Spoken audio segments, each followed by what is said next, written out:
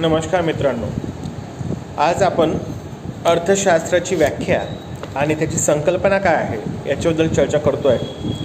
मागच्या आपल्या व्हिडिओमध्ये आपण अर्थशास्त्राची सुरुवात कशा प्रकारे झाली आणि वेगवेगळ्या अर्थतज्ञांचे अर्थशास्त्राच्या विषयीचे काय मत आहे आणि कुठल्या विचारधारणेवर आधारित त्यांची व्याख्या किंवा सिद्धांत आहे याबद्दल आपण एक थोडक्यात चर्चा केलेली आहे। त्या चर्चेमध्ये आपण प्रमुख जे अर्थतज्ञ आहेत त्यामध्ये ॲडम स्मिथ झाले, रॉबिन्स झाला आहे, त्यानंतर मार्शल झाला आहे, जे के मेहता जी झाला आहे, या इत्यादी अर्थतज्ञांचे विचार आपण लक्षात घेतले। आज आपण त्यापुढे जाऊन सविस्तर चर्चा ॲडम स्मिथच्या व्याख्येवर करणार आहे। ॲडम स्मिथच्या व्याख्येचे स्पष्टीकरण, त्याचप्रमाणे त्याचे वैशिष्ट्ये काय आहे आणि ॲडम स्मिथच्या व्याख्येवर झालेले टीका काय आहे हे आज आपण आपल्या या व्हिडिओ लेक्चर्समध्ये आपण पाहणार आहे। तर ॲडम स्मिथनी 1776 ग्रंथ मांडला होता। त्या ग्रंथाचं नाव म्हणजे संपत्तीचे अर्थशास्त्र किंवा अशा प्रकारे मांडले गेलेले होते। आता या संपत्तीच्या अर्थशास्त्रामध्ये जी व्याख्या ॲडम स्मिथनी मांडली ती व्याख्या अतिशय संकुचित किंवा छोट्या स्वरूपाची होती। ती म्हणजे अशी की अर्थशास्त्र हे संपत्तीचे शास्त्र आहे। अतिशय कमी शब्दामध्ये त्यांनी अर्थशास्त्राची व्याख्या इथे मांडली गेलेली होती।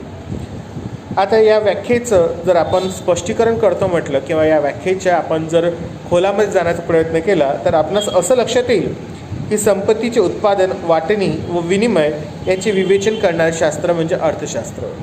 म्हणजेच आपण जर विचार केला तर आपल्यास लक्षात येतं की जो सुरुवातीचा जो काळ होता जिथे नुकताच प्रगती होण्यास सुरुवात झाली होती, तर त्यावेळेस ॲडम स्मिथचे अर्थतज्ञ होते, ज्याला आपण जनक म्हणून देखील ओळखतो। अर्थशास्त्राचे जनक म्हटलं तर ॲडम स्मिथचं नाव आपलं पुढे येतं। तर त्यावेळेस किंवा त्या परिस्थितीमध्ये अशी परिस्थिती होती की तिथे राजा तो श्रीमंत असतो ज्याच्याकडे संपत्ती आहे, ही एक विचारधारा होती।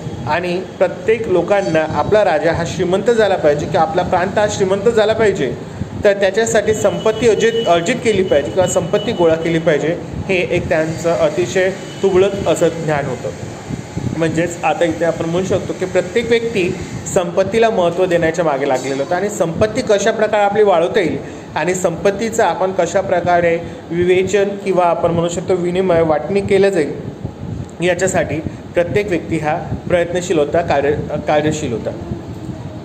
ज्या देशाची संपत्ती जास्त आहे तो देश शक्तिशाली किंवा सुदृढ आहे असं या व्याख्येतनं आपणास लक्षात येतं। मग आता ह्या व्याख्येमध्ये जर आपण विचार केला तर त्याचा तर्कशुद्ध स्पष्टीकरण देतेवेळी काही असे महत्त्वाचे मुद्दे आहेत की ज्याच्यावर ॲडम स्मिथनी अतिशय जास्त भर दिला आहे। त्यामध्ये पहिलं जो मुद्दा आहे तो आहे संपत्तीचं महत्त्व। दुसऱ्या जर मुद्द्याचा विचार केला तर तो मुद्दा आहे तो अर्थशास्त्री व्यक्तीची भूमिका।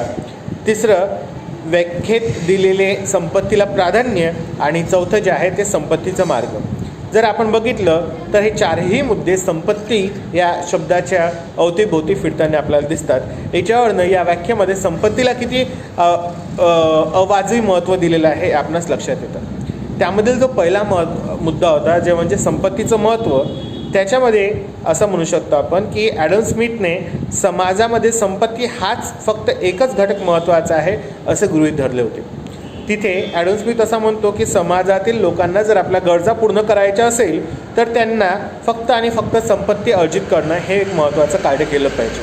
म्हणजेच ज्याच्याकडे जास्तीत जास्त संपत्ती असेल तो आपल्या गरजा अतिशय चांगल्या गतीने किंवा चांगल्या रीतीने पूर्णत्वास नेऊ शकतो असं ॲडम स्मिथचं याच्यावर म्हणणे आपणास लक्षात येतं। दुसरं जी मुद्दा आहे तो मुद्दा म्हणजे अर्थशास्त्री व्यक्तीची भूमिका। ॲडम स्मिथने असा दावा केला की अर्थशास्त्र केवळ व्यक्तीच्या फक्त एकाच उद्दिष्टपूर्तीची वर्तणुकीचा अभ्यास करतो आणि ते उद्दिष्ट म्हणजे कोणत्याही प्रकारे व कोणत्याही साधनाद्वारे जास्तीत जास्त संपत्ती प्राप्त करणे होय। इथे आपणास लक्षात येतं की ॲडम स्मिथनी व्यक्ती आणि व्यक्तीचा उद्देश काय असतो जगण्याचा याच्याबद्दल आपले छोट्या स्वरूपात आपलं मत व्यक्त केलं। त्याच्यानुसार तो असा म्हणतो की माणसाची भूमिका ही संपत्ती गोळा करण्याची भूमिका असते। माणसाला आपल्या ज्यावेळेस गरजा पूर्ण करायच्या असेल तर त्याला संपत्ती गोळा केल्याशिवाय पर्याय राहत नाही आणि तो आपली संपत्ती गोळा करून आपल्या गरजा हा भागवित असतो. म्हणजेच आपण किंबहुना असं म्हणू शकतो की ते अर्थशास्त्राच्या व्यक्तीची भूमिका यांनी ॲडम स्मिथने आपल्या व्याख्येतनं मांडलेली आहे. तिसरं यातलं एक महत्त्वाचं एक घटक किंवा एक मुद्दा असं म्हटलं जाईल की व्याख्येत दिलेले प्राधान्य. मित्र, आपण ही व्याख्या ज्यावेळेस बघितली ती व्याख्या मी परत एकदा वाचतो आहे, ते म्हणजे अर्थशास्त्र हे संपत्तीचे शास्त्र. याच्यावरनं अतिशय स्पष्टपणे त्यांनी एका विशिष्ट घटकाला अधिक महत्त्व दिलं, तो घटक म्हणजे संपत्ती हा होय. ही व्याख्या जर आपण विचारात घेतली तर पूर्ण संपत्तीच्या अवतीभोवती फिरणारी व्याख्या आहे. म्हणून असं इथे म्हटलं गेलेलं आहे की व्याख्येमध्ये संपत्तीला एक अगण्य असं प्राधान्य दिलेलं आहे आणि ते किंबहुना खरं देखील आहे. नंतर जो चौथा मुद्दा आहे तो म्हणजे संपत्तीचे मार्ग. ॲडम स्मिथने अर्थशास्त्राची व्याख्या करताना असे गृहीत धरले आहे की क्रियाशील व्यक्ती संसाधनेतून मिळविलेली मजुरी हा फक्त एकच राष्ट्रीयचा उत्पन्नाचा एकुलता एक मार्ग आहे. त्याने पुढे हे सुद्धा सुचविले की क्रियाशील श्रमिक हाच फक्त वस्तू आणि सेवांच्या उत्पादनातून किंवा वितरणातून झालेल्या उत्पन्नातून जास्तीत जास्त उत्पन्न म्हणजेच मजुरी मिळवित असतो आणि याच मजुरीतून मिळालेली संपत्ती राष्ट्राच्या उत्पन्नात भर दिलेला असतो. यामध्ये असं त्यांनी म्हटलं की ज्यावेळेस व्यक्ती आपलं कार्य पार पाडतो म्हणजेच आपली मजुरी अर्जित करतो तर त्यावेळेस एका स्वरूपात किंवा आपण म्हणू शकतो की एक वेगळ्या अर्थाने तो संपत्ती अर्जित करत असतो असं म्हटलेलं आहे. म्हणजेच संपत्ती जर गोळा करायची असेल तर व्यक्तीला क्रियाशील होणे हे जास्त गरजेचं आहे असं व्याख्येच्या स्वरूपात आपल्याला लक्षात येतं.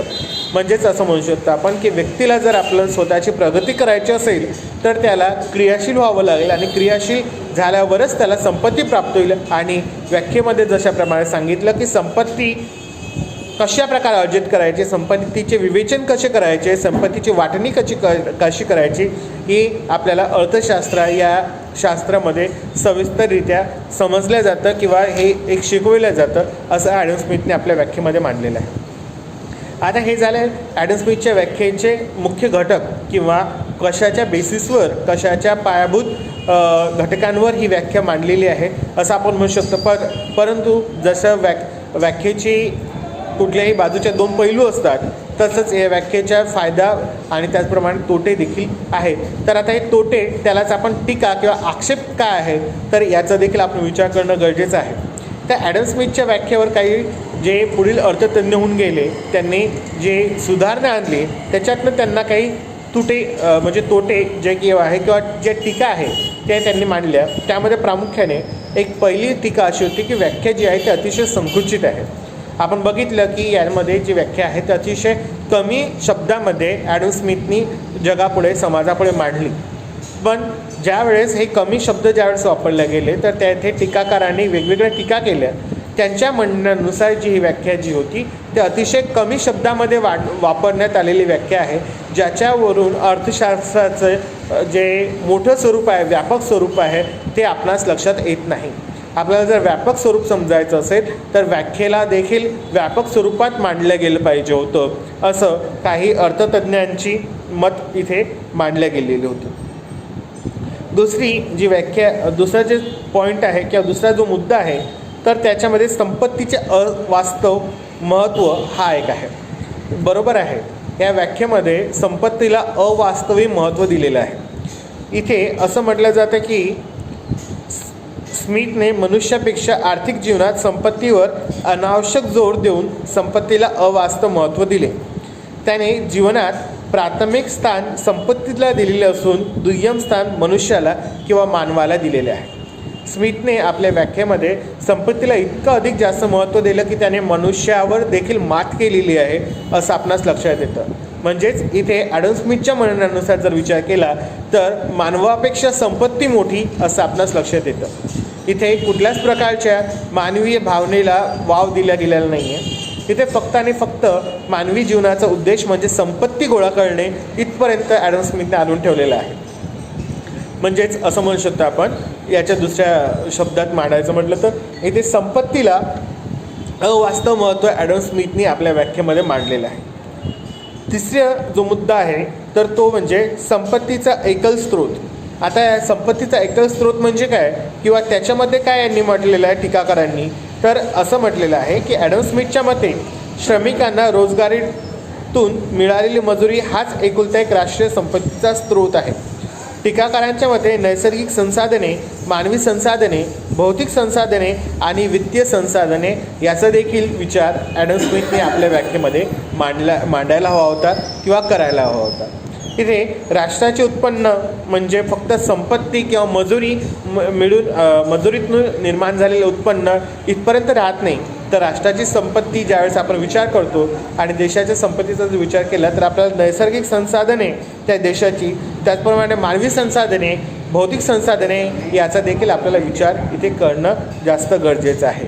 टीकाकारांच्या मते ॲडम स्मिथनी या गोष्टीवर देखील चर्चा करायला पाहिजे होती, याच्यावर देखील प्रकाश टाकणं गरजेचं होतं. मग जे शेवटचा मुद्दा टीकाकारांच्या स्वरूपात जो आहे तो म्हणजे आर्थिक मानवाची कल्पना ही चुकीच्या स्वरूपात आहे.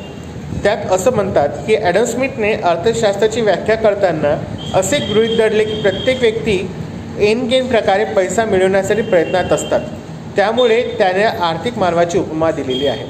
म्हणजेच असं म्हटलं गेलेलं आहे की मानवाची जी कल्पना केलेली आहे ती अर्थ अर्जित करण्याची जी कल्पना केलेली आहे ती चुकीची आहे.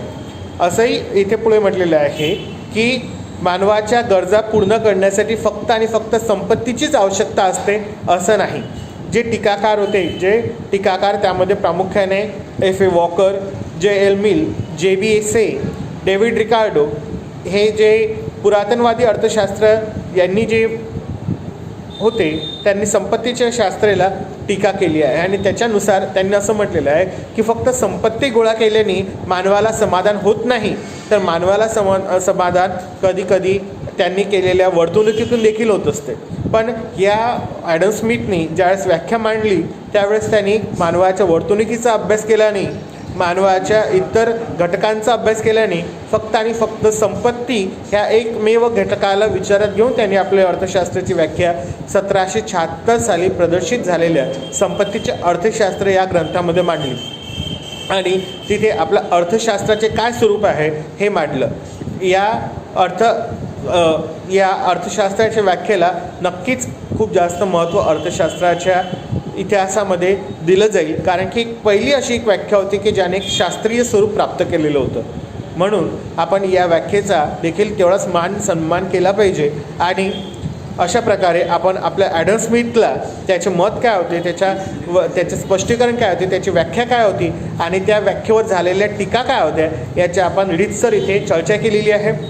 पुढील जो व्हिडिओ राहील त्याच्यामध्ये आपण पुढच्या अर्थतज्ञाची विचारात घेऊ जी आणि दुसरी व्याख्या ती जी की कल्याणवादी व्याख्या आहे, कल्याणाशी संबंधित व्याख्या आहे जे की अल्फ्रेड मार्शल यांनी मांडलेली आहे. याच्यावर आपण आपल्या पुढच्या व्हिडिओमध्ये चर्चा करू, त्याच्यावर आपले मत प्रकट करू. आणि आज आपल्या या पहिल्या व्हिडिओमध्ये ॲडम स्मिथच्या व्याख्येच्या संदर्भात आपलं सविस्तर चर्चा झाली असं मी ते जाहीर करतो आणि आज आपला पहिला व्हिडिओ आपला हा थांबवतो. धन्यवाद.